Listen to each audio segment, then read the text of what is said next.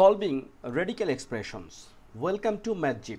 Today's question 22 by 7 root 147 plus 7 root 75 minus 9 root 27 minus root 12.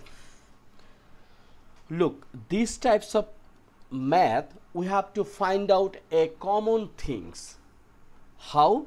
Look, this is 22 by 7 and this 147 we have to find out have any perfect square has or not.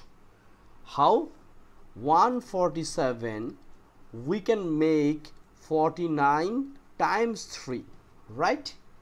So we can write against this 147 49 times 3. This 49 is a perfect square. Why we need this one? We will discuss later. Next, plus 7 against 75 we can write 25 times 3. This is 25 is a perfect square. Minus 9, then 27, this one we can write 9 times 3. 9 is a perfect square. Minus this is 12, so we can write 4 times 3. Now surprising matter is here is 3, here is 3, here is 3 and here is 3. So 3 is a common thing. Now look, this is 22 by 7. 49, look, 49 times 3 root over, this one we can write a root 49 times root 3, right?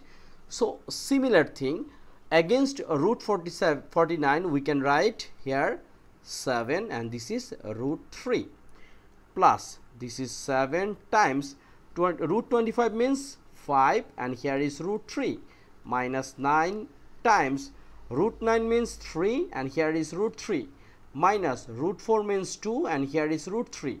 So everywhere is a root 3, root 3, root 3 and root 3. Now this is 22 by 7 times 7, so 7 and 7 we can divide and it will become 1. So 1 times 22 is a 22. This is a root 3 plus 7 times 5 is a 35.